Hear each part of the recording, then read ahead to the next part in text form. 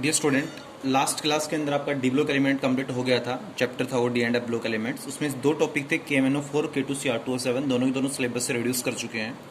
तो आपका जो आज अगला टॉपिक आता है वो आता है सॉलिड स्टेट। चैप्टर नंबर 1 है, ये आज स्टार्ट करवाना है। इसमें सिर्फ एक दो या दो टॉपिक एलिमिनेट हुए हैं। मैं बता दूंगा क्या टॉपिक एलिमिनेट हुए हैं। स्टार्टिंग से हम पढ़ते हैं इस चैप्टर के बारे में। देखो, केमिस्ट्री ये कहती है कि सबसे पहले आपने 11th क्लास में याद होगा, आपने पढ़ा होगा मैटर के बारे में। आपने मैटर पढ़ा होगा कि anything which occupy space and possess mass and felt by 5 senses is known as matter. उसमें फिर आपने मैटर की स्टेट पढ़ी होंगी। तो आपने पढ़ा होगा कि फिजिकली एक मैटर को 3 तरह से क्लासिफाई किया जा सकता है, सॉलिड, लिक्विड एंड गैस।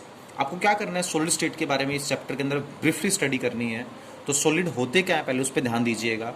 तो केमिस्ट्री कहती है कि ए सब्सटेंस, कि सॉलिड क्या होता है, वो सब्सटेंस होता है, आप ये भी कह सकते हैं टाइप ऑफ मैटर। मैटर की वो टाइप होती है विच हैज़, जिसकी क्या होती है बेटा, विच हैज़ डेफिनेट शेप, जिसकी शेप भी क्या होती है, डेफिनेट होती है। विच has definite shape and definite volume, और जिसकी क्या होती है, डेफिनेट ही वॉल्यूम होती है।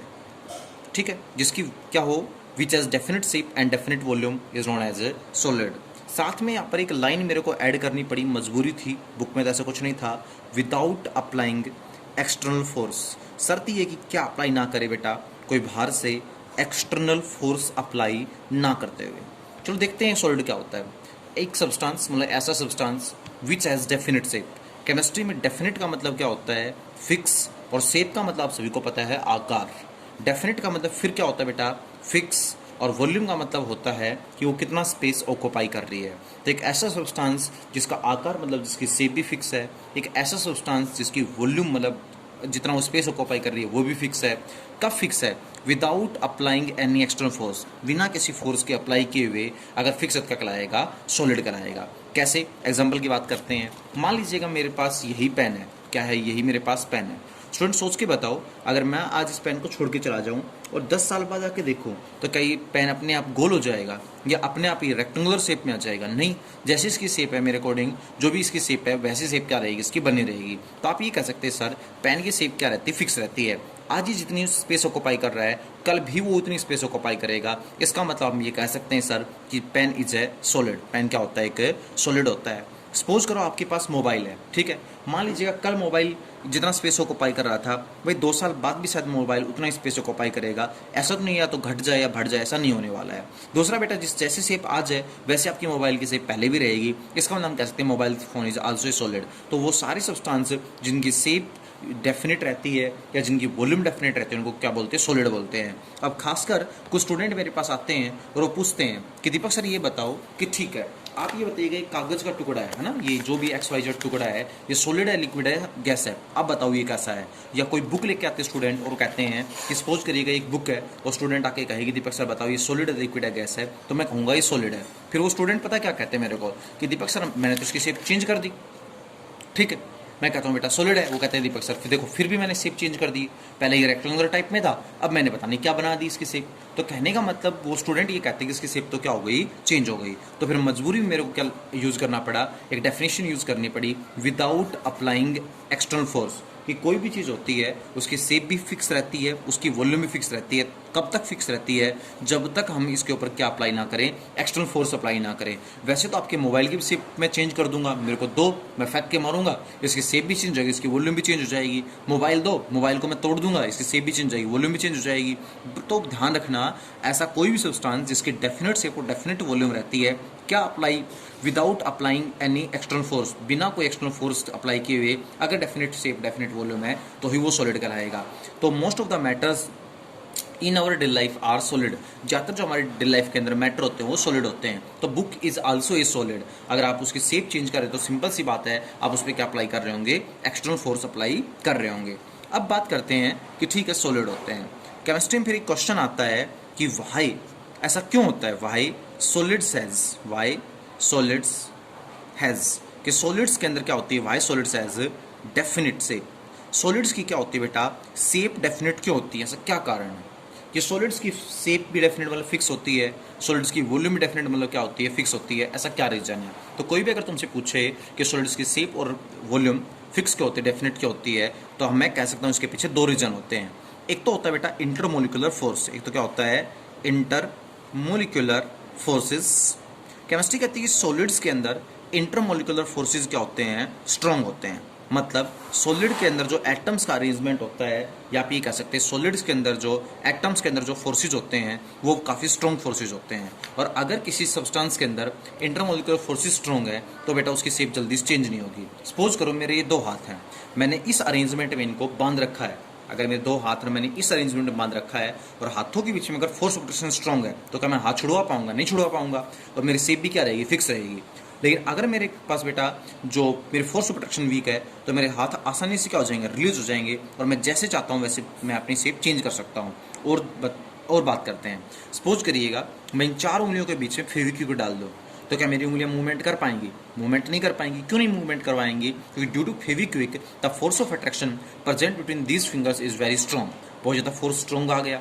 अब अगर इनके बीच में स्ट्रॉन्ग फोर्स आ गया तो उंगलियां क्या नहीं कर पाएंगी बेटा, मूवमेंट नहीं कर पाएंगी। तो हम ये कह सकते हैं कि अगर किस एटम्स या मॉलिक्यूल्स के बीच में या पार्टिकल्स के बीच में फोर्स ऑफ अट्रैक्शन स्ट्रॉन्ग होता है तो बेटा उनकी शेप और वॉल्यूम फिक्स होती है। और अगर फोर्स ऑफ अट्रैक्शन वीक है तो कोई भी चीज़ मूवमेंट कर सकती है और उसकी शेप चेंज हो सकती है। तो एक तो डेफिनेट शेप डेफिनेट वॉल्यूम के पीछे एक तो रीजन क्या होता है, इंटरमोलिकुलर फोर्सेज, कि हमारे सॉलिड्स के अंदर इंटरमोलिकुलर फोर्सेज स्ट्रॉन्ग होते हैं। सेकंड आपका जो रीजन होता है वो होता है बेटा, आप ये कह सकते हैं थर्मल एनर्जी। क्या होता है? थर्मल एनर्जी होता है। थर्मल एनर्जी क्या होती है? आप ये कह सकते हैं कि जब भी किसी सॉलिड को क्या किया जाता है बेटा, जब भी कोई सॉलिड जो एनर्जी प्रोड्यूस करता है, this is the energy process by the constant particles due to temperature. This energy tries to keep the constant particles apart as tend to make them move faster। ये कहेंगे कि sir जब भी किसी solid को गर्म किया जाता है तो सॉलिड के पार्टिकल्स के अंदर जो एनर्जी स्टोर हो जाती है उस एनर्जी को क्या बोलते हैं, थर्मल एनर्जी बोलते हैं। थर्म का मतलब क्या होता है बेटा, हीट। तो आप ये कहेंगे कि सर जब हम किसी सॉलिड को हीट करते हैं तो जो उसके अंदर एनर्जी स्टोर हो जाती है उसके पार्टिकल्स के अंदर, उस एनर्जी को थर्मल एनर्जी बोलते हैं। थर्मल एनर्जी कोशिश करती है फोर्स ऑफ अट्रैक्शन को तोड़कर मॉलिक्यूल्स को फ्री करने की, जिससे मॉलिक्यूल आसानी से इधर उधर क्या कर सके बेटा, मूव कर सके। और सोचने वाली बात है, मॉलिक्यूल्स अगर आसानी से इधर उधर मूवमेंट करेंगे तो शेप और वॉल्यूम क्या होगी, चेंज होगी। लेकिन मैं आपको पहले कह चुका हूँ कि बेटा सॉलिड्स की थर्मल एनर्जी काफ़ी क्या होती है, लो होती है। इतनी लो होती है कि फोर्सेज ऑफ अट्रैक्शन जल्दी से क्या नहीं होते हैं, टूटते नहीं हैं। एटम फ्री नहीं होते। एटम फ्री नहीं होंगे तो क्या होगा बेटा, आप कहेंगे सर यहाँ पर शेप और वॉल्यूम चेंज नहीं होगी। तो मैं दोबारा रिपीट कर रहा हूँ कि हमारे जो सॉलिड्स होते हैं उनके अंदर दो चीज़ फिक्स होती है, एक तो इंटरमोलिकुलर फोर्सेज स्ट्रॉन्ग होते हैं और थर्मल एनर्जी की वैल्यू लो होती है। स्ट्रॉन्ग फोर्सेज होने की वजह से एटम्स के मूवमेंट नहीं हो पाता, और बताया थर्मल एनर्जी लो होती है। इस वजह से थर्मल एनर्जी वो एनर्जी होती है जो कि सॉलिड को देते हैं तो उसके एटम्स के अंदर स्टोर हो जाती है। ये एनर्जी क्या करती है, पार्टिकल्स को मूव करवाकर बॉन्ड को ब्रेक करने की या बॉन्ड को तोड़ने की कोशिश करती है। लेकिन मैं आपको पहले कह चुका हूँ थर्मल एनर्जी सॉलिड्स में लो होती है तो एटम ब्रेक नहीं होंगे, टूटेंगे नहीं, एटम्स के अंदर कोई मूवमेंट नहीं होगी, तो शेप और वॉल्यूम चेंज होने के चांसेस नहीं होते हैं। तो डेफिनेट शेप डेफिनेट वॉल्यूम दो कारणों से होती है, इंटरमोलिकुलर फोर्सेज और थर्मल एनर्जी के कारण। सेकेंड, अगर आपसे कोई पूछे कि सर करेक्टरिस्टिक्स बताओ सॉलिड्स की, एक बेटा अगर मैं करेक्टरिस्टिक्स की बात करूं तो आप ये कह सकते हैं कि एक सॉलिड होता है उसकी कुछ करेक्टरिस्टिक्स होती हैं। पहली करेक्टरिस्टिक्स सभी वो वेल नोन है, क्या कि सॉलिड्स के अंदर क्या होती है, एक तो डेफिनेट शेप होती है और एक डेफिनेट वॉल्यूम होती है। डेफिनेट का मतलब फिक्स शेप और फिक्स वॉल्यूम होती है, ये सॉलिड्स की पहली करेक्टरिस्टिक मानी गई है। सेकंड, अगर आपसे कोई पूछे कि सॉलिड्स की बताओ सेकंड करेक्टरिस्टिक क्या होती है, तो सेकंड करेक्टरिस्टिक्स में आप ये बताओगे they have strong forces of attraction, कि इसके एटम्स के बीच में जो फोर्स ऑफ अट्रैक्शन होता है वो क्या होता है बेटा, स्ट्रॉन्ग होता है।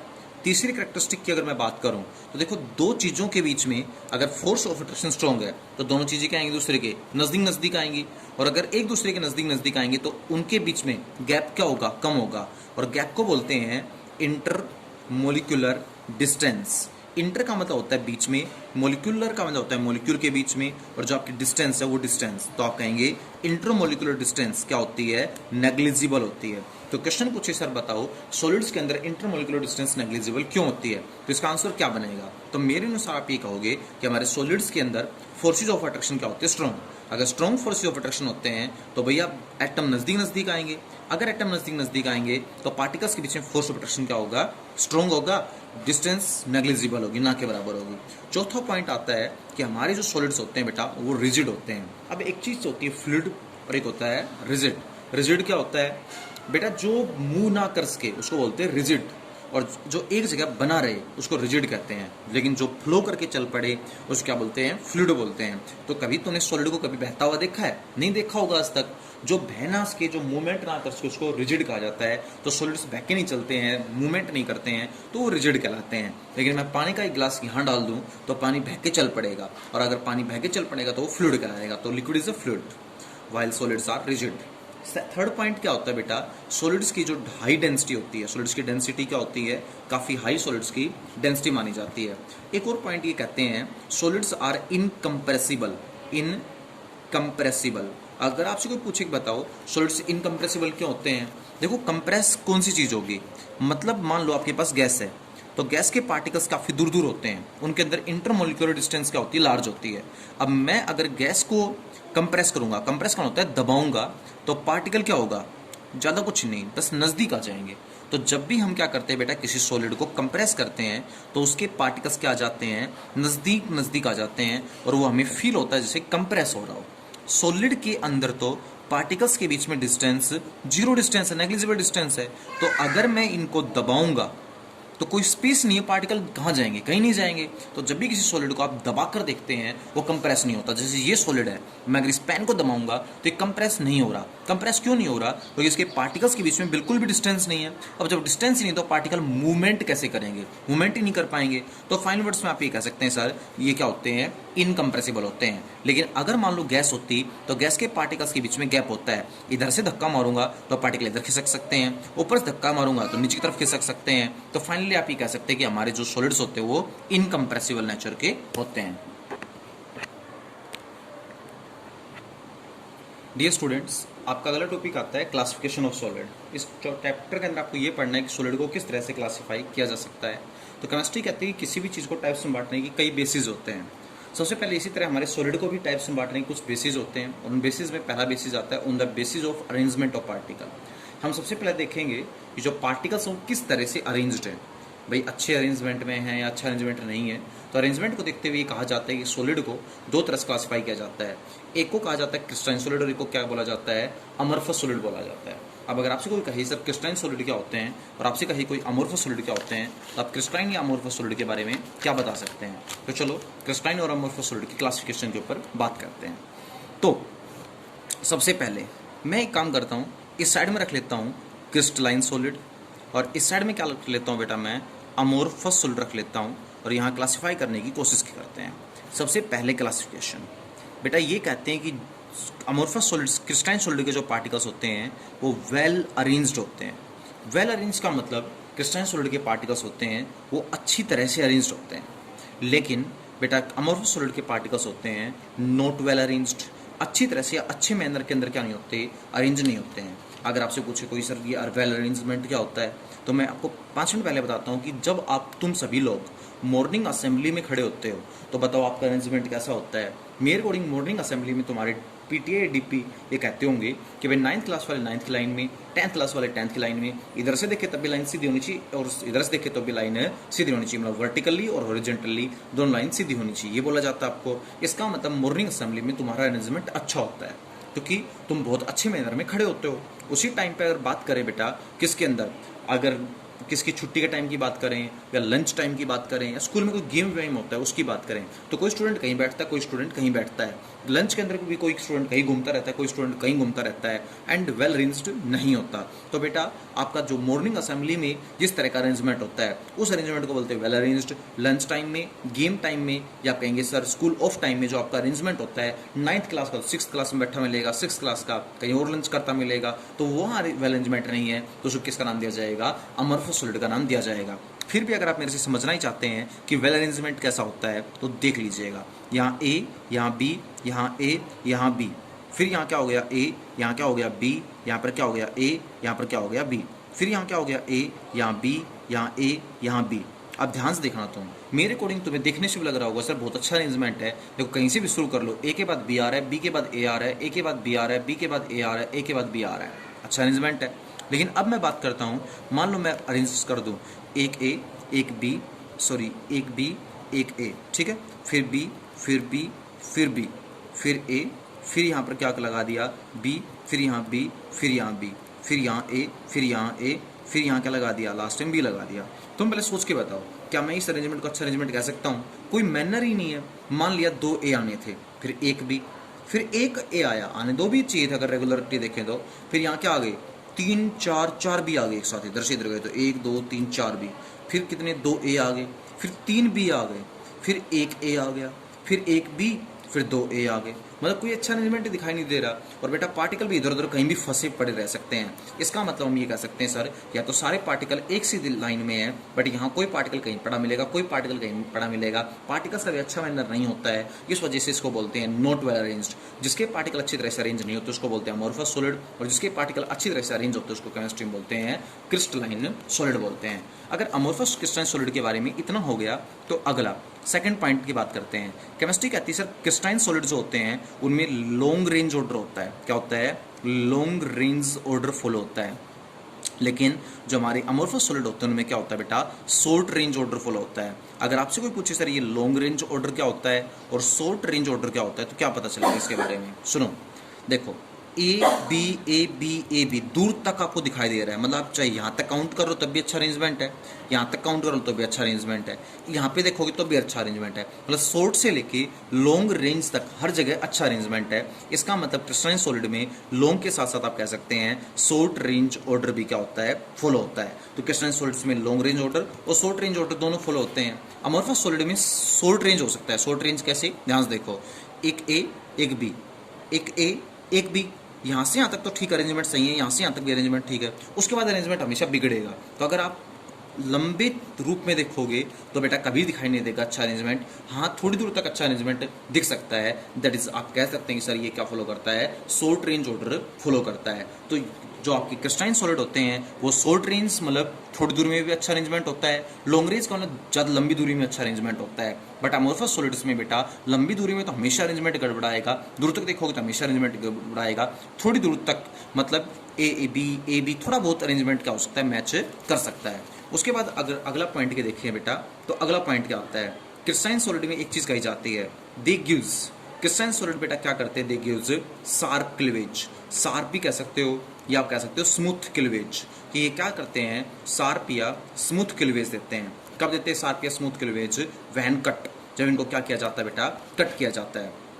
लेकिन ये क्या देते हैं बेटा, जो आपके अमोर्फस सॉलिड होते हैं वो रफ क्लीवेज देते हैं। रफ का मतलब मैं आपको पहले ही कह चुका हूँ कि सर ये खुरदरे क्लीवेज देते हैं।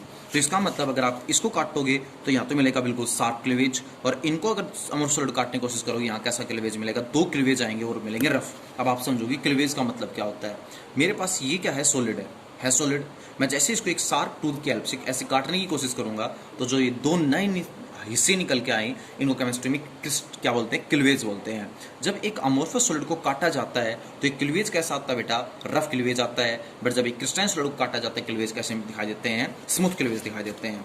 अगला पॉइंट ये होता है, अगला पॉइंट क्या आता है, अगला पॉइंट ये आता है इनका शार्प मेल्टिंग पॉइंट होता है। क्या होता है, शार्प मेल्टिंग पॉइंट होता है। बट बेटा अमोर्फस सॉलिड का जो मेल्टिंग पॉइंट होता है वो एक रेंज के अंदर मेल्टिंग पॉइंट होता है। मतलब क्या कि क्रिस्टलाइन सॉलिड है वो अगर 100 डिग्री सेल्सियस है तो 100 पे पिघलना स्टार्ट करेंगे, 100 पे ही पिघलना स्टार्ट करेंगे। 120 डिग्री सेल्सियस है तो 120 पे पिघलना स्टार्ट करेंगे। बट अमोर्फस सॉलिड का मेल्टिंग पॉइंट एक रेंज के अंदर होता है, 100 से लेके मान लो 110 की रेंज। तो 100 से 110 का मतलब 100 पे पिघल सकते हैं, 102 पे पिघल सकते हैं, 103 पे पिघल सकते हैं, 110 पे पिघल सकते हैं। इनका मेल्टिंग पॉइंट किसमें पाया जाता है, एक रेंज के अंदर इनका मेल्टिंग पॉइंट पाया जाता है। ठीक है, अगले पॉइंट की अगर बात करें तो पांचवा पॉइंट ये होता है कि सर ये क्या कर सकते हैं बेटा, ये रिजिड होते हैं। क्या होते हैं, रिजिड होते हैं। रिजिड का मतलब आपको मैंने 5 मिनट पहले बताया था, जो फ्लो ना करे, जो बहकी ना चले, उसको रिजिड कहते हैं। बट बेटा ये क्या होते हैं, अमोर्फस सॉलिड होते हैं, वो फ्लूइड होते हैं। अब आप कहोगे सर सॉलिड है तो फ्लूइड कैसे हो सकता है, तो एग्जाम्पल दे रहा हूँ मैं, ग्लास। आपने कभी ग्लास पुरानी बिल्डिंग में के नज़दीक जाना, पुरानी बिल्डिंग्स मतलब 100-150 साल पुरानी बिल्डिंग, उसमें जो कांच खिड़की में लगा होता है बेटा, वो कांच ऊपर से तो क्या होता है, हमेशा पतला होता है और नीचे से मोटा होता है। अब कांच एक्चुअली में, कांच का मतलब ग्लास, ग्लास एक्चुअली में क्या है, एक सॉलिड है, ऊपर से पतला और नीचे से मोटा कैसे हो गया भाई, तो सिंपल सी बात है, उसके पार्टिकल शायद ऊपर से बहते बहते नीचे आए होंगे। अब सारे पार्टिकल ऊपर से बहते नीचे आ गए तो ऊपर से क्या हो गया, पतला, और नीचे से क्या हो जाता है, मोटा हो जाता है। तो इसका मतलब किसकी तरह बिहेव कर रहा है, फ्लूइड की तरह बिहेव कर रहा है। बट बेटा लोहे की रोड के साथ ऐसा कभी नहीं होता। अगर आपके 100 साल से अगर मतलब 500 साल से अगर आयरन पिलर खड़ा है, 500 हजार या 1500 साल से अगर आयरन पिलर दिल्ली में खड़ा है, तो उस पहले भी उसकी उतनी ऊपर से मोटाई थी, आज भी उसकी उतनी ऊपर से मोटाई है, क्योंकि वो रिजिड है, वो फ्लो नहीं करता। बट अमोर्फस सॉलिड क्या कर सकते हैं बेटा, फ्लो कर जाते हैं। तो ये रिजिड होता है, ये फ्लूइड होता है। इसलिए जो पुरानी बिल्डिंग्स में ग्लास लगे होते हैं वो ऊपर से तो क्या होते हैं, थिन होते हैं, और नीचे से क्या होते हैं, थिक होते हैं। इसके पीछे ये रीजन था। अगले अगर पॉइंट की बात करें कोई, तो अगला पॉइंट क्या होता है? अगला पॉइंट, इधर मैंने क्रिस्टलाइन ले रखे हैं, इधर मैंने अमोर्फस सॉलिड ले रखे हैं, मैं डिफरेंस की बात कर रहा हूँ। तो रिजिड और इसके बाद आप ये कहेंगे कि क्या अगला डिफरेंस क्या आना चाहिए। चलो पहले देखते हैं, मैंने कौन से करवा दिए। मैंने वेल अरेंजमेंट करवा दिया, लॉन्ग शॉर्ट रेंज करवा दिया, शार्प क्लीवेज बता दिया, शार्प मेल्टिंग पॉइंट बता दिया, रिजिड और फ्लूइड की बात कर ली। अगला केमिस्ट्री ये कहती है कि जो क्रिस्टलाइन सॉलिड होते हैं वो क्या फॉलो करते हैं बेटा, एन आइसोट्रोपी। क्या फॉलो करते हैं, एन आइसोट्रोपी फॉलो करते हैं। बट हमारे जो अमोर्फस सॉलिड होते हैं वो क्या फॉलो करते हैं, आइसोट्रोपी फॉलो करते हैं। अब आप समझोगे आइसोट्रोपी का मतलब क्या होता है। आइसो का मतलब होता है सेम, और ट्रोपी का मतलब होता है प्रॉपर्टी। तो अमोर्फस सॉलिड लगभग सेम प्रॉपर्टी देते हैं। कब सेम प्रॉपर्टी देते हैं, इन डिफरेंट डायरेक्शन, अलग अलग डायरेक्शंस के अंदर। बट एन का मतलब होता है नहीं या अपोजिट, और ट्रोपी का मतलब होता है प्रॉपर्टी। अब क्रिस्टलाइन सॉलिड होते हो क्या करते हैं, अपोजिट प्रॉपर्टीज देते हैं। कैसे देते हैं, पहले एक बार आप क्रिस्टलाइन और अमोर्फस सॉलिड के बारे में पढ़ने की कोशिश करो। मैंने बताया ए के बाद क्या आता है बी, बी के बाद क्या आता है ए के बाद क्या आता है बी, बी के बाद ए के बाद बी, बी के बाद ए के बाद बी, बी के बाद ए के बाद बी के बाद ए और ए के बाद बी। अब ध्यान से देखना, जब तुम इस डायरेक्शन में गए, किसके एटम आए बताना, ए बी, तो ए बी की प्रॉपर्टी आएगी। जब तुम इस डायरेक्शन में गए, किसके एटम आए, बी के एटम, तो किसकी प्रॉपर्टी आएगी, बी की। जब तुम इस डायरेक्शन में गए, सारे एटम किसके हैं, ए के, तो सारी प्रॉपर्टी किसकी आएगी, ए की।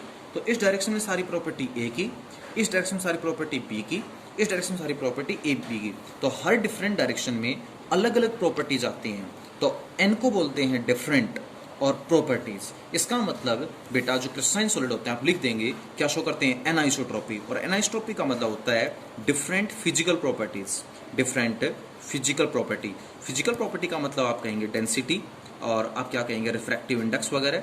ये जो फिजिकल प्रॉपर्टीज होती हैं वो क्या करते हैं, डिफरेंट डायरेक्शन, अलग अलग डायरेक्शन में अलग अलग फिजिकल प्रॉपर्टीज देते हैं। लेकिन अमोर्फस सॉलिड क्या शो करते हैं, एनाइसोट्रोपी, मतलब हर डायरेक्शन में सेम प्रॉपर्टी देते हैं। अगर आप अरेंजमेंट कर लेना, ऐसे ही इरेगुलर अरेंजमेंट रखो, इधर जाओगे तब भी ए बी की प्रॉपर्टी आएगी, इधर जाओगे तब भी ए बी की प्रॉपर्टी आएगी, इधर जाओगे चेक कर लेना तब भी ए बी की प्रॉपर्टी आएगी। अगर हर डायरेक्शन में एक ही तरह की प्रॉपर्टी है तो क्या कहलाएगा, सेम प्रॉपर्टी, सेम को बोलते हैं आइसोट्रोपी। बाकी बात कल करेंगे।